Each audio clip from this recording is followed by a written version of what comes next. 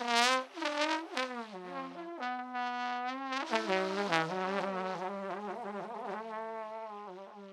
fait, je décompose la composition.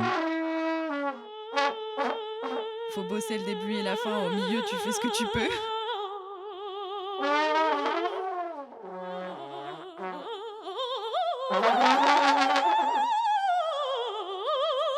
La zik d'à côté.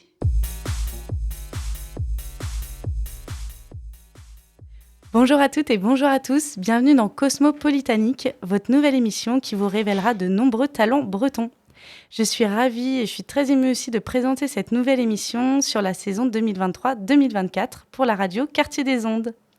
Et ensemble, nous découvrirons des artistes, des personnalités, des histoires, mais surtout de la musique. Avant d'en prendre plein les oreilles sur les prochains mois, je voulais vous faire un petit peu de storytelling et pourquoi j'avais choisi Cosmopolitanique. Donc en fait, j'ai été inspirée par un très grand homme, autant de par sa musique que de par sa personne, donc c'est Soprano. C'est un artiste qui est devenu intergénérationnel et après son album Cosmopolitanie, c'est grâce à lui et à sa vision de la musique qu'aujourd'hui cette émission voit le jour. Donc la musique, pour moi, elle n'a aucune limite, elle n'a aucune frontière. Elle présente des moments de joie, de tristesse, de partage. Et c'est la musique qui est simplement fédératrice pour moi. Donc voilà, fini les grands discours et place à la musique. De belles découvertes dans Cosmopolitanique. Et pour cette première émission, je suis ravie de vous présenter la belle Aurélia, une artiste aux multiples facettes et à la voix angélique qu'on écoute tout de suite.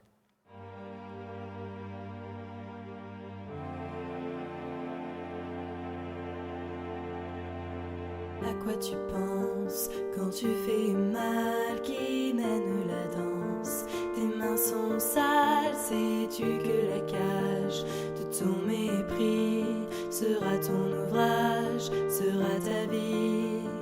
À quoi tu songes sous ce visage? Dis qu'est-ce qui te ronge? Quelle est cette rage? Sais-tu que la cage de ta paresse ne sera qu'un hommage à la tristesse? À quoi tu juges d'autres langages? Quel est ton refuge, ton paysage? Crois-tu que l'orgueil de tes regards va guérir le deuil de tes espoirs? À quoi tu crois? Je veux t'entendre. Oublie ce coma, c'est de la cendre. Tu pourrais sortir de ta détresse. On pourrait s'enfuir dans une promesse. Que vas-tu faire? Il n'y aura rien, rien que des enfers. Dans ton chagrin, renonce à la mer. Et l'ignorance fait tout le contraire. Reprends ta chance. Que vas-tu faire? Il n'y aura rien, rien que les enfers. Dans ton chagrin, accueille la terre. Tout recommence. Soyons comme des frères, soyons l'évidence. Que vas-tu faire? Il n'y aura rien, rien que les enfers. Dans ton chagrin, accueille la terre. Tout recommence. Soyons comme des frères, soyons l'évidence. Merci, c'est juste magnifique. Donc salut Aurélia. Coucou, ça va? Eh ben oui, ça va très bien, super. Et toi? Bah ouais, c'est rigolo d'être à cette place. Bah oui, interviewée du coup pour une des premières fois du coup sur la même radio que tu as l'habitude. C'est ça, je travaille à la radio Quartier des Ondes. Je suis animatrice technicienne ici, donc en général c'est moi qui pose les questions, qui écrit des introductions, qui trouve des artistes à interviewer. Et c'est moi qui suis à la technique en ce moment même. Et on s'est rencontrés dans un contexte où je t'ai proposé de faire de la radio Tout à fait. ici. Donc c'est un contexte assez rigolo. Oui, vraiment. Et puis moi, ça me tenait beaucoup à cœur de t'interviewer parce que c'est, encore une fois, je suis fan de ce que tu fais. Et tes textes nous transportent, je trouve, quand on les écoute, c'est magnifique. Merci, je suis très touchée. Et hâte d'en découvrir un petit peu plus sur toi. Là, on va avoir 30 minutes pour vraiment comprendre un petit peu ton histoire, pourquoi ces textes, quelles sont tes inspirations aussi. Donc déjà, pour commencer en douceur, d'où tu viens? Alors, j'aime bien faire deviner aux gens. Alors, en général, je dis que c'est le pays de José Bové, enfin, le département de José Bové, D'accord. de l'Aligot, du viaduc de Millau, des brebis, voilà, et des Farsous. Et donc, en gros, c'est l'Aveyron. L'Aveyron, d'accord, ok. Et c'est Le 12. personnellement, je connais pas. Mais ça a l'air d'être joli, en Beaucoup tout de cas. gens il y a pas mal de gens en Bretagne qui connaissent pas. C'est quand même un peu loin d'ici, hein. C'est à 7-8 heures de route. D'accord. Et c'est un peu dans le sud-centre, à, je sais pas, 1h30 au-dessus de Montpellier, 2h15 au-dessus de Toulouse, un peu plus au centre quand même. Ok. T'as un peu plus à l'ouest, je vais m'embrouiller. Mais bon, en gros, voilà, vous regardez sur la carte. Mais d'accord, ouais. Donc là, la Bretagne, c'est vraiment, pour le coup, rien à voir par rapport au sud. Hein. Non, c'est vrai que c'est pas les mêmes habitations, c'est pas la même environnement, c'est pas les mêmes gens, les mêmes codes et tout. Bon, après, on reste en France quand même, mais Oui. je viens surtout d'un environnement très rural. D'accord. Donc c'est surtout ça l'énorme différence finalement, même quand j'ai vécu à Toulouse aussi, à Montpellier, Ok. dans d'autres villes aussi, mais globalement c'est ça qui change beaucoup aussi, c'est le fait de vivre en ville ou en campagne. D'accord. Et c'est par rapport à justement au sud, est-ce que la Bretagne t'inspire aussi sur des textes, par rapport au mode de vie? Bah, c'est une bonne question. J'ai l'impression que je suis quand même pas mal habitée par les paysages de chez moi quand je compose. J'ai eu l'impression aussi. Ouais. En plus, je fais beaucoup de références. Alors là, c'est pas forcément hyper flagrant dans cette chanson, mais je fais quand même beaucoup référence à la nature, souvent. Et j'ai souvent en tête plutôt l'énergie du sud, quand même. Pas que l'Aveyron, d'ailleurs, mais tout le sud de manière générale. Enfin, tout le sud-ouest aussi, les Pyrénées, ou même les Alpes, ou les Cévennes, l'Hérault, le Gard, le Tarn, enfin tous les coins de chez moi, quoi. D'accord. Et tu es partie de là-bas à quel âge? 18 ans, je suis partie pour faire mes études à Toulouse. Puis ensuite, j'ai continué tout le temps à bouger un peu. J'ai vécu aussi en Irlande pendant 10 mois.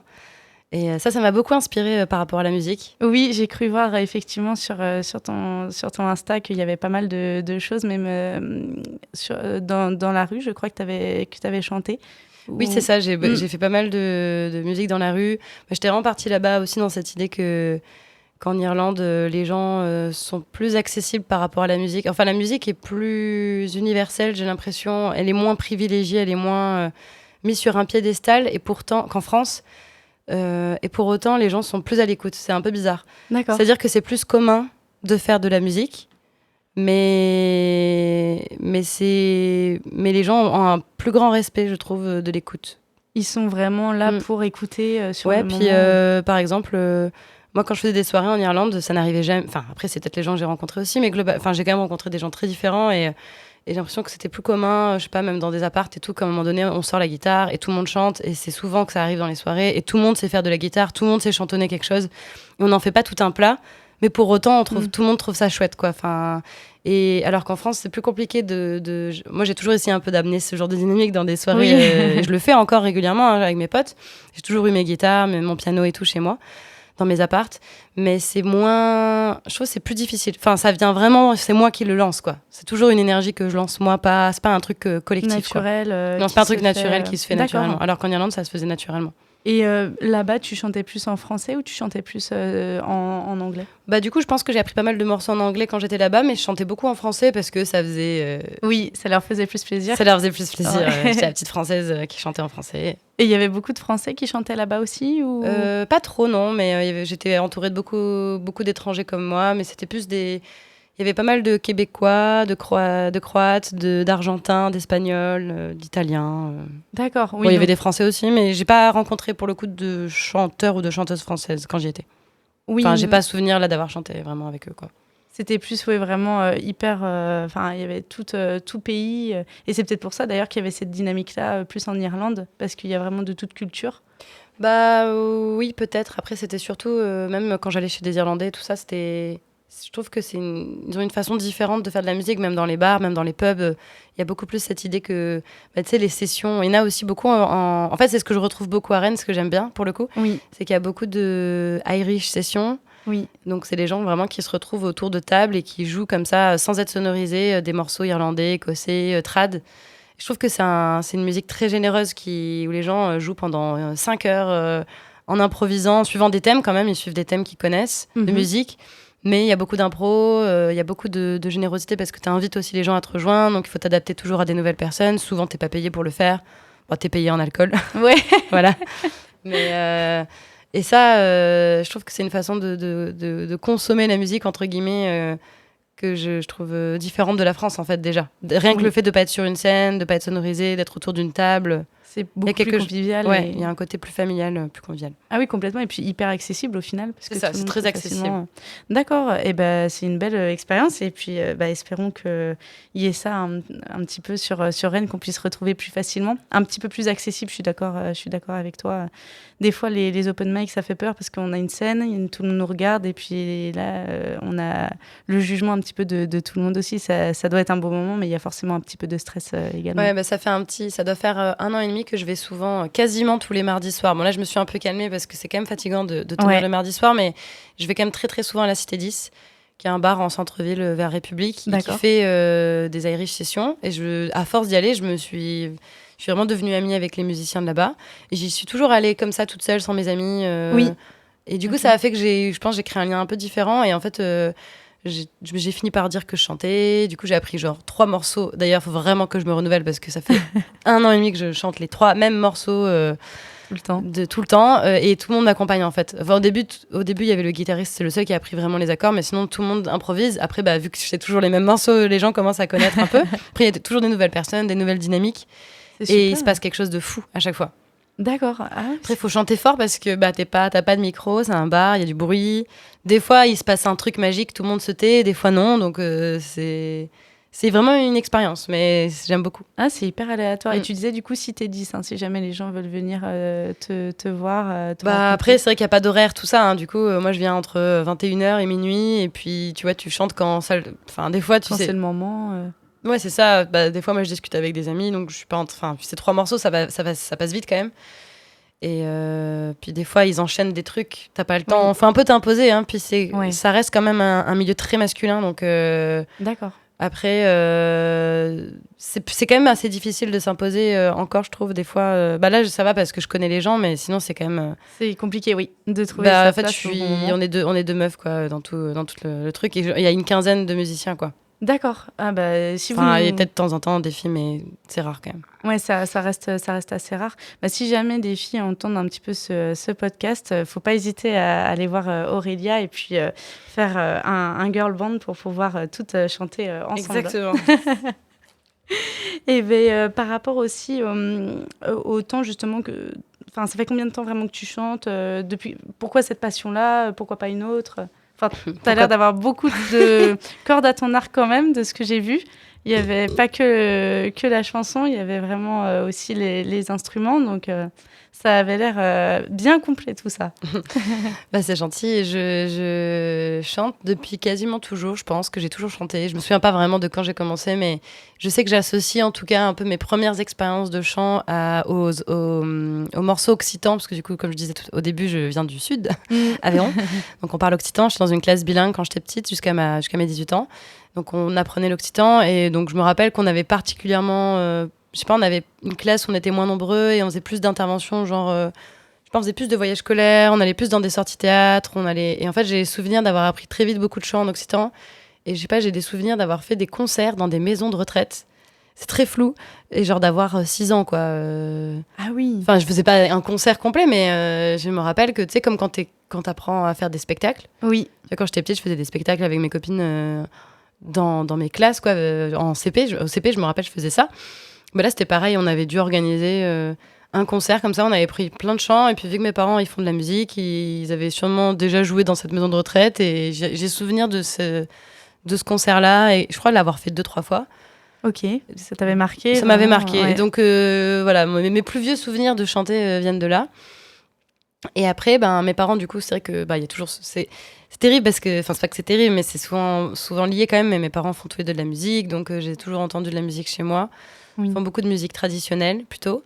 Donc, ma mère fait de l'accordéon, mon père de la flûte traversière. Après, ils font tous les deux de la guitare super. aussi. D'accord. Mais du coup, Voilà, très vite, j'ai chanté avec mes parents.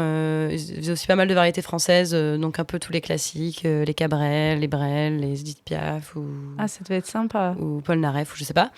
Donc j'ai très vite chanté avec mes parents, puis souvent je chantais un peu à la fin des concerts de mes parents, une chanson ou deux, et c'est toujours un truc qui me stimulait tellement. Je me sentais dans une forme de stress total, et en même temps j'avais l'impression que c'était trop bien, quoi. Enfin, vraiment, j'ai toujours adoré ça, quoi.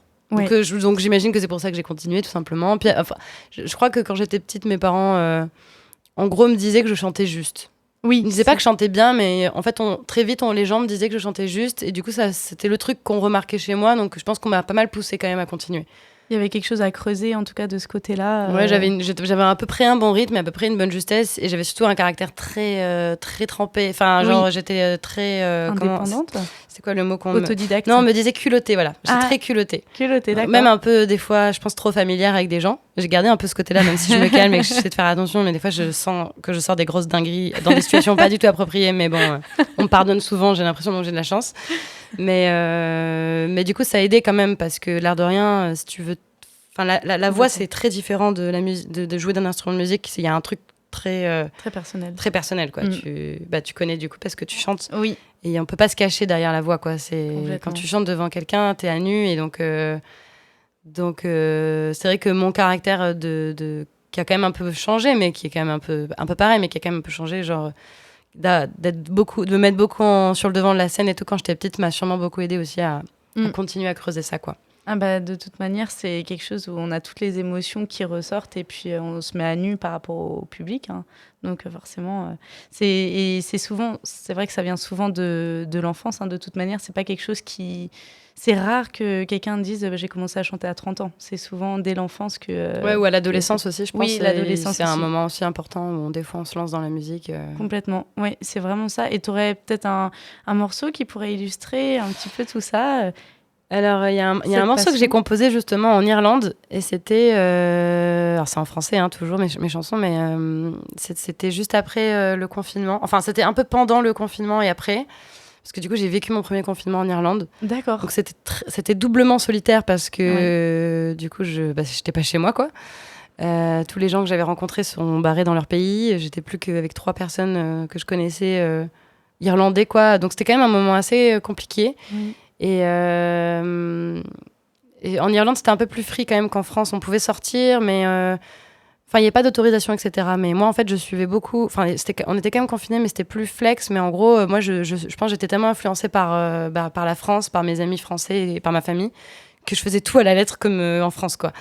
Bref, et du coup, j'ai écrit une chanson qui s'appelle Le Conte, et qui parle un peu de tous les gens qui du fait de s'inventer un peu des vies de s'inventer un peu. Par exemple, quand j'étais petite, j'écrivais beaucoup je sais pas, quand j'étais en cours, j'écrivais beaucoup, tu sais, genre ma vie, mais si j'avais été cette personne-là.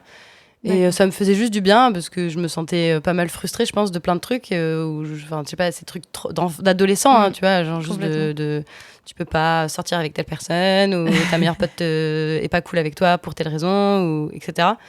Ou tu te sens pas assez charismatique, ou pas assez... Comme un journal intime, finalement. Ouais, voilà, c'est ça. Et souvent, j'écrivais beaucoup d'histoires. Très jeune, j'écrivais beaucoup d'histoires où je me projetais dans d'autres vies, mais une personne qui me ressemblait quand même, qui s'appelait Angelina, je me rappelle. Et c'était Roselyne quand j'étais plus jeune. Ah, jolie aussi. Mais et du coup, voilà, et c'est resté un peu cette idée de réfléchir. Enfin, pour moi, écrire des chansons, c'est toujours un peu cette logique c'est pas d'embellir, mais un peu de peaufiner certaines choses de la vie. Oui. Et ça veut pas dire enfin, moi, en tout cas, ça veut pas dire que je les vis pas comme telles. Mais c'est vrai que ça m'est déjà arrivé qu'on me dise bah arrête, ça s'est pas passé vraiment comme ça. Mais moi, dans ma tête, c'est comme ça que ça se passe. Genre le fait d'enjoliver un peu les choses. Bref, voilà, donc mes explications sont toujours trop longues. Et donc je pense que pendant le confinement, ça m'a fait du bien de refaire ça. Je me suis remise à écrire une vie que j'avais pas. Ça protège finalement. Ouais. Ça permet de voir autre chose et de s'évader autrement que justement pendant le confinement, quand tout le monde était assez cloîtré, de pouvoir s'évader autrement. C'est ça. Et du coup, elle s'appelle Le Conte. Et donc, voilà, vous allez entendre les chœurs, les chœurs et puis tous les arrangements que j'ai pu faire avec mon petit synthé. Eh ben, hâte de découvrir ça.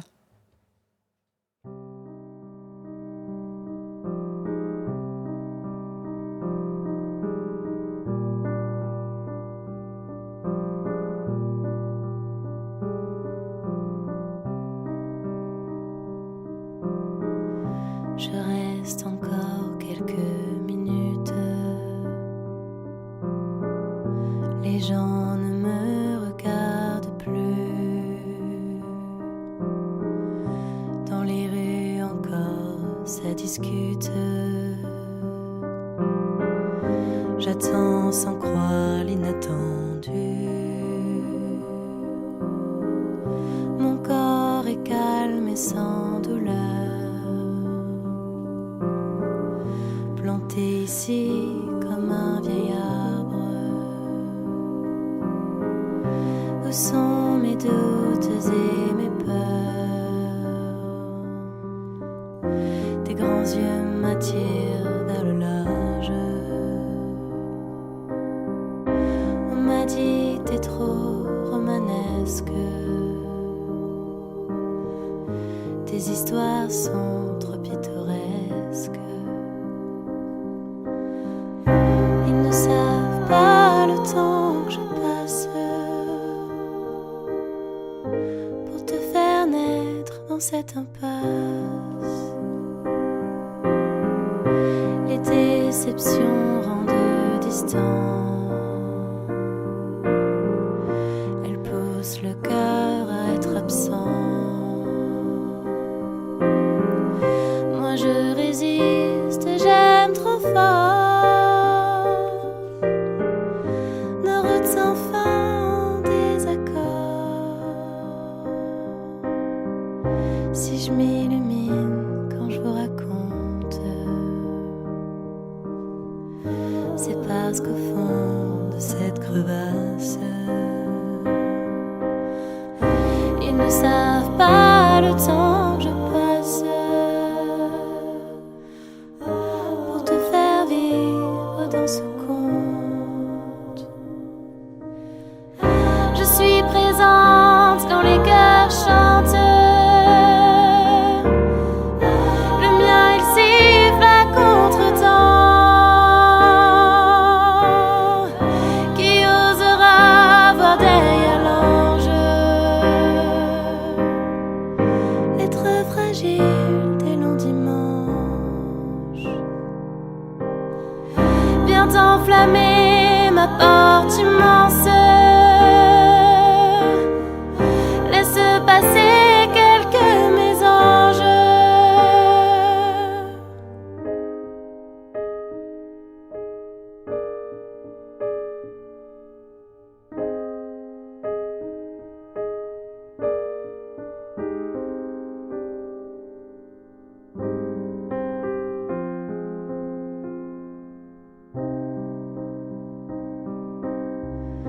On m'a dit t'es trop romanesque. Tes histoires sont toujours célestes. Ils ne savent pas le temps que je passe pour te faire rire sans que tu te lasses.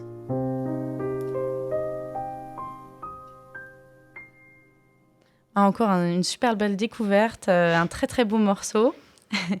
Merci. Et avec plaisir. Par rapport à toutes ces musiques-là, donc là on a vu un petit peu par rapport à tout ton passé, le pourquoi tu chantes. Et tu te projettes comment dans l'avenir par rapport à... Est-ce que tu as des projets dans la musique? Est-ce que tu as envie de faire des choses, des scènes? Du coup, quand je suis revenue en France, après l'Irlande, je me suis rendu compte... Enfin, j'ai retrouvé un peu mon univers où j'enregistrais mes chansons toute seule dans ma chambre parce que j'ai acheté un petit micro-studio, j'ai un logiciel et j'ai une petite banque son, mais tout ça, ça reste complètement amateur et en autodidacte. Et en fait, j'adore faire ça, mais je me suis rendu compte que j'en avais vraiment marre, en fait. Ça m'a vraiment fait un déclic, l'Irlande, suivi du confinement. Oui. Donc, beaucoup de gens, puis beaucoup de solitude. Puis en fait, je me suis dit, non, mais j'ai plus du tout envie d'être toute seule, en fait, dans mon délire, à faire mes trucs toute seule et tout, c'est chiant. Et même si j'adore encore me retrouver toute seule pendant des heures à faire des arrangements vocaux sur mes chansons, ça c'est vraiment un truc que j'adore faire, mais j'avais vraiment besoin de projeter ça avec d'autres gens. Sauf que c'est pas évident d'imposer ou de trouver des musiciens qui vont être d'accord de faire de la musique sur tes chansons à toi. Donc au début je me suis dit je vais juste commencer à faire des concerts à Rennes, donc que je suis arrivée à Rennes il y a 2 ans et demi. Et mes potes, beaucoup de gens m'ont beaucoup poussé à le faire aussi, hein. Je pense que sinon je l'aurais pas fait parce que j'étais en mode bah non mais ça va être hyper déprimant. Enfin, qui va vouloir venir écouter. Enfin, en fait, on me disait que mes chansons étaient jolies, donc c'était pas non plus en mode je déteste ce que je fais, c'est pas ça. Genre, je sais que ça peut être que des gens peuvent aimer et tout, mais sur scène, en tout cas, j'arrivais pas trop à l'imaginer, quoi. Ça me terrifiait un peu. Et c'était assez terrifiant. Et ça l'est encore un peu, mais en gros, ouais, j'ai commencé du coup à démarcher. Enfin, j'ai pas trop démarché en vrai, c'est quand même beaucoup de gens qui m'ont donné des opportunités parce que justement, ils m'avaient entendu en parler, et qui m'ont dit bah vas-y, mon premier concert c'était au Petit Boulonnais, donc c'est juste à côté dans le quartier. Ok. C'est même pas une salle de concert ou un bar vraiment, mais c'est un lieu de vie, un lieu de quartier, et ils ont vraiment fait un truc chouette. Ils m'ont laissé mettre des lumières, j'avais invité plein de potes à moi, on était une quarantaine, c'était que des gens que je connaissais, c'était terrifiant. Ah oui. C'est plus dur quand c'est des gens j'avais qu'on fait connaît. 3 quiches et on a mangé les quiches après et c'était cool. Et ouais, là j'ai capté que vraiment mes chansons, je me mettais à nu à 100%, quoi. Surtout que j'ai quand même plus d'1h30 de répertoire, donc j'ai une 20aine de chansons. Ce qui est Donc, déjà beaucoup. C'est beaucoup. Et elles parlent toutes de moi, quoi. Et elles parlent toutes de ma vie, des moments précis. Enfin, même s'il y a un peu de métaphore, sur certaines, il y en a qui sont quand même assez parlantes. Enfin bref, donc c'est quand même assez stressant. Oui. Mais ça a été bien accueilli. Et du coup, après, j'ai eu la chance de jouer au Noctambule plusieurs fois, qui est une salle de concert assez nouvelle aussi, qui a ouvert vers Gros Chêne. Et qui est hyper accessible en plus, donc je conseille vraiment aux gens d'aller postuler là-bas s'ils veulent jouer avec une scène, un piano à queue et tout. Et puis ensuite j'ai fait en fait finalement de bouche à oreille ça s'est fait un peu comme ça, et je n'ai pas fait beaucoup parce que bah du coup c'était à côté de mon travail, mais j'ai commencé à faire un peu je me suis retrouvée à faire un peu de scène, quoi, et toujours assez intimidant toute seule, et du coup je me disais bon bah c'est cool parce que ça y est, je m'ouvre vers les gens, je vois comment les gens réagissent et tout, mais bah même si c'est des chouettes moments, j'ai pas envie d'être tout le temps toute seule. Enfin, ça revenait un peu toujours sur ce truc-là. Et puis en fait, en lien avec la Stédis dont j'ai parlé tout à l'heure, finalement c'est marrant parce que je me suis juste mise à me dire bon bah j'ai envie de faire de la musique avec des gens, mais je sais pas comment faire. Du coup, je suis allée à cet open mic régulièrement. Et puis à force de parler, de rencontrer, j'ai fini par discuter avec un gars qui s'appelle Pierre, qui est un excellent guitariste, mais vraiment hyper gentil, hyper humble en plus, trop fort, et enfin humainement on s'entend bien et tout ça. Et en fait il m'a dit mais moi j'aime bien ce que tu fais, si tu veux on peut juste se voir comme ça. Puis on s'est vu chez moi, on a joué un peu, ça matchait bien. Et puis du coup on a commencé à bosser sur 2-3 morceaux à moi sans trop d'objectifs. Et puis Ophélie, du coup, qui fait du violon à la Stédis, elle m'a dit ah mais moi aussi j'aime bien ce que tu fais, ça y est, je commence un peu à dégager du temps. Puis elle fait que du trad et tout, donc elle m'a dit ça me rappellera un peu mes époques de classique, parce qu'on dit que ma musique est très violon friendly, dans le sens bah voilà, vu que c'est très drama, très harmonieux, ben les violons, c'est les violoncelles, tous ces instruments là, c'est chouette de faire des arrangements sur mes musiques. Et du coup, en fait, sans m'en rendre compte, on s'est retrouvés à faire un groupe, quoi. Mais vraiment sans m'en rendre compte, genre, on s'est retrouvés à faire des morceaux chez moi, je leur montrais mes trucs. Ils ont mis vraiment leurs pattes aussi, leurs arrangements, qui sont pas exactement ceux que j'ai composés là. Et du coup, ben, moi, au bout d'un moment, j'étais en mode, mais ça vous dérange pas de faire que mes chansons? On peut faire des reprises, on peut faire d'autres compos. Et c'était là, mais non, nous, ça nous va et tout. Et puis en fait, j'ai commencé à me dire, ben, en fait, pourquoi pas vraiment, voilà, soit un groupe. Donc, on n'a toujours pas joué, mais on a une date en octobre, le jeudi 28 octobre. Je crois que je dis pas de bêtises. J'ai peur de dire une bêtise. Est-ce que le 28 octobre, je regarde, je triche sur mon calendrier. Donc, non, c'est le 20 octobre. Non, c'est le 19. Ah, je sais plus. Je crois que c'est le 19 octobre. C'est terrible, je sais plus. On pourra remettre si tu veux dans la présentation sans problème pour aller voir Aurélia. Et on a enregistré ce week-end un live session de 3 arrangements autour de mes compos, dont À quoi tu penses qu'on a entendu au début. Et j'étais trop touchée du coup de les réenregistrer avec des vrais musiciens. Et avec leur inspiration à eux, franchement, il y a quelque chose de complètement lunaire pour moi de chanter mes chansons, d'être accompagnée par des musiciens. Vraiment, c'est hyper gratifiant. Puis ils sont tellement forts et tout. Je suis en mode, mais c'est trop beau. Enfin, j'adore. Et donc là, l'idée, c'était de vraiment organiser un tournage pour avoir avec des potes. Donc tous mes potes ont fait ça bénévolement. J'ai la chance d'être entourée de gens qui font de la vidéo, qui font du son et tout. Mais c'était quand même une grosse orga. Ça m'a pris du temps en vrai d'organiser juste cette journée pour enregistrer 3 morceaux, trouver le lieu, trouver le matériel. Enfin, c'est quand même si ça reste un tournage semi-pro, c'est quand même avec des potes qui font ça professionnellement et tout. Donc ça nous a pris une grosse journée. Et donc là, j'ai trop hâte de faire le montage, de sortir tout ça. Et puis ça va un peu lancer le projet. Et l'idée, ça serait de continuer à faire des concerts piano-voix parce que déjà, c'est un peu comme ça que je me suis fait connaître. Je fais d'énormes guillemets parce que je suis pas du tout connue, mais en tout cas, il y a déjà des petites choses qui... J'ai déjà quelques vidéos de moi toute seule et tout, donc ça peut être cool de continuer un peu à démarcher toute seule. Et puis, il y a la réalité du terrain qui fait que les gens n'ont pas toujours la place pour 3 musiciens ou l'argent. Donc, des fois, c'est bien d'avoir aussi différentes formations de ce que tu fais. Mais là, l'idée, ça serait de lancer au maximum mon projet musique avec eux deux. Et du coup, on a décidé de s'appeler Aigo. Excellent. Super. A-I-G-O.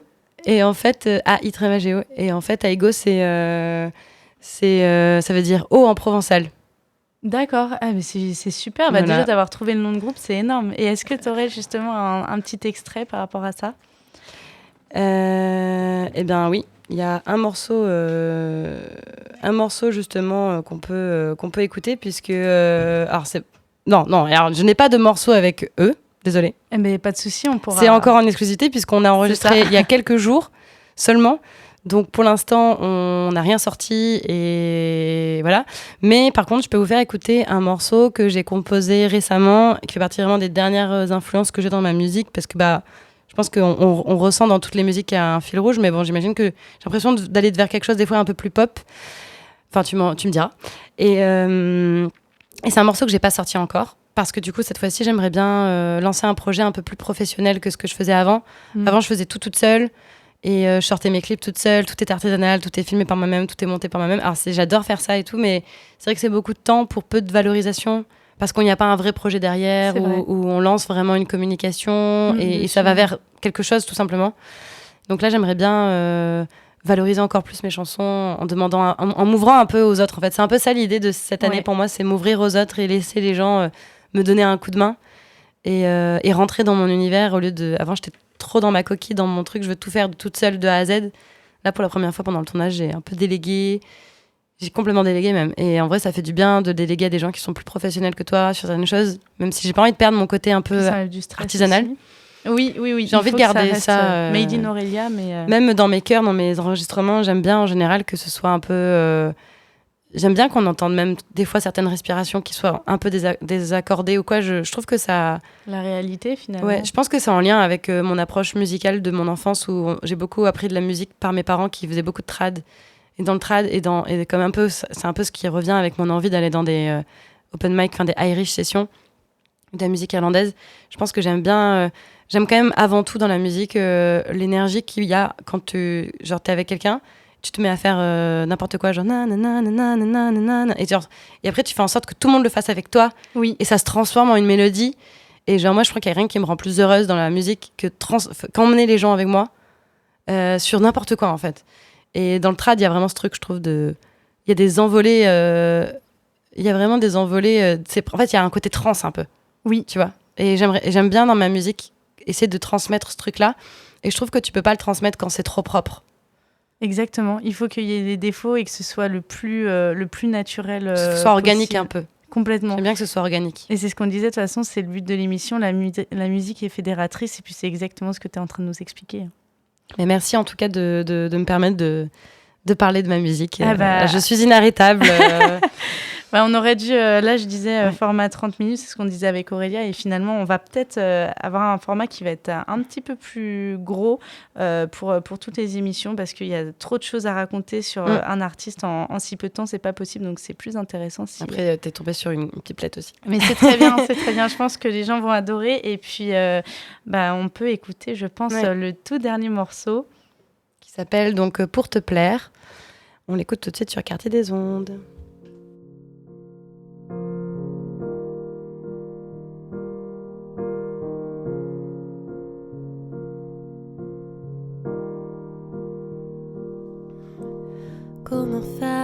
Comment faire pour te plaire? Je suis déjà découvert. Quand tu t'immisces mon solstice, c'est plus long que l'hiver. Comment faire pour me taire? Je dois sortir de mon calvaire. Que tu chaloupes de saoule de mon univers. Moi je crois pas en toi. Je crois en personne. Moi je ne vois que toi. Et c'est pour ça que je déraisonne. Dans ma tête repasse sans foi ton allure, le son de ta voix. Mais pour moi tu n'entends personne. Alors j'appuie fort pour que ça résonne. Je veux croire en toi. Fais-moi croire en moi.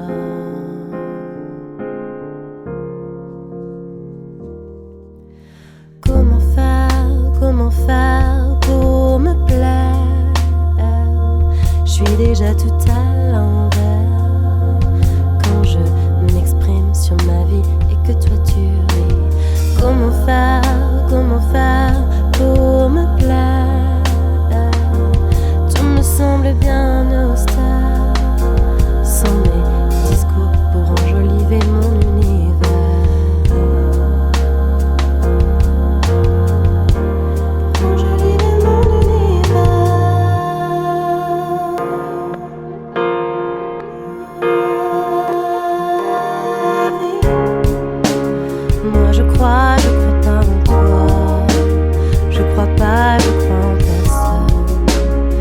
Je ne vois que toi.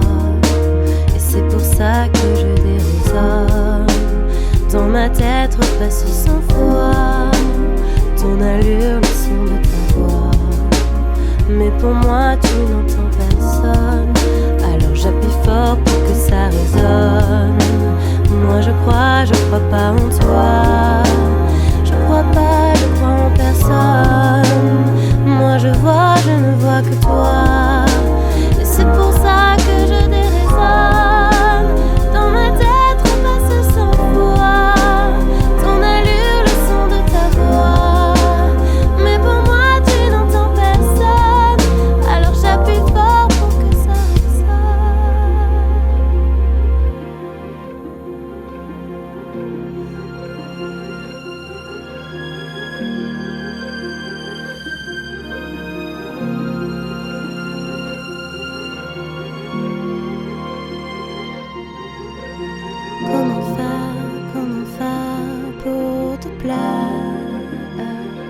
je suis déjà découvert. Quand tu t'immisces, mes iris sont plus noirs que l'enfer.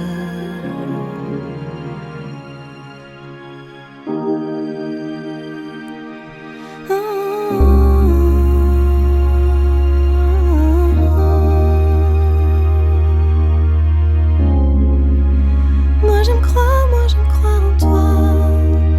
Quand je tangue et je déraisonne, je vois bien que tu crois en moi, que mon nom en toi il résonne. Je voudrais adoucir l'automne, que nos peurs sur nos bouches rigolent. Je poserai sur nous l'auréole, pour qu'ensemble l'histoire rayonne. Merci Aurélia, merci pour ce moment de partage, c'était magnifique. Merci à toi. Avec plaisir, je suis vraiment heureuse, je suis émue que tu aies été la première à faire découvrir l'émission et le premier talent aussi. On peut te retrouver sur Instagram, on peut te suivre par rapport même aux dates que tu voulais Oui, on peut me suivre sur Instagram. Alors, il faudra que j'en crée un nouveau quand je serai avec le groupe Aigo. Oui. Mais pour l'instant, Aurélia.Thomas. C'est tout simplement simple. Il y a un peu mes photos de randonnée aussi en plus. Mais voilà, peut-être que je ferai un Instagram avec Aigo uniquement sur la musique. Super. Et sinon, sur Facebook, c'est Aurélia, tout simplement. D'accord. Ma page, c'est plus ici que vous trouvez. Enfin, sur Instagram aussi, je suis un peu active, mais je veux dire, sur Facebook, ça peut être des fois plus simple pour voir vraiment les dates et tout, parce que je partage beaucoup plus sur Facebook. Sur les deux, mais peut-être que c'est plus des stories sur Instagram, on va dire. Donc voilà. Et sinon, je serai en concert au Chant Libre pour Pianissimo. Super. Qui a un format où c'est juste de la musique, c'est juste du piano en fait. Et moi, je suis un peu la première à faire du chant en plus. Mais du coup, j'avais rencontré Clarisse qui s'occupe de la partie médiathèque culture aussi. Enfin, qui m'a proposé de faire ça l'année dernière. J'ai pu chanter 3 morceaux et donc là, elle m'a donné un créneau entier. Donc ce sera le 28 septembre. C'est ça, le 28. 28 septembre. Le jeudi à 12h30. De toute manière, on remettra Voilà, c'est gratuit. tout sur la présentation. Comme ça, on pourra te suivre, savoir où tu es et à quel moment. Et merci à toutes les personnes qui découvriront, qui entendront ce podcast. J'espère que ça vous plaira. Et puis voilà, à bientôt sur Quartier des Ondes. Et c'était The Mermaid Song pour Cosmopolitanique. Quartier des Ondes, the voice of the street. Quartier des Ondes, la voix des quartiers.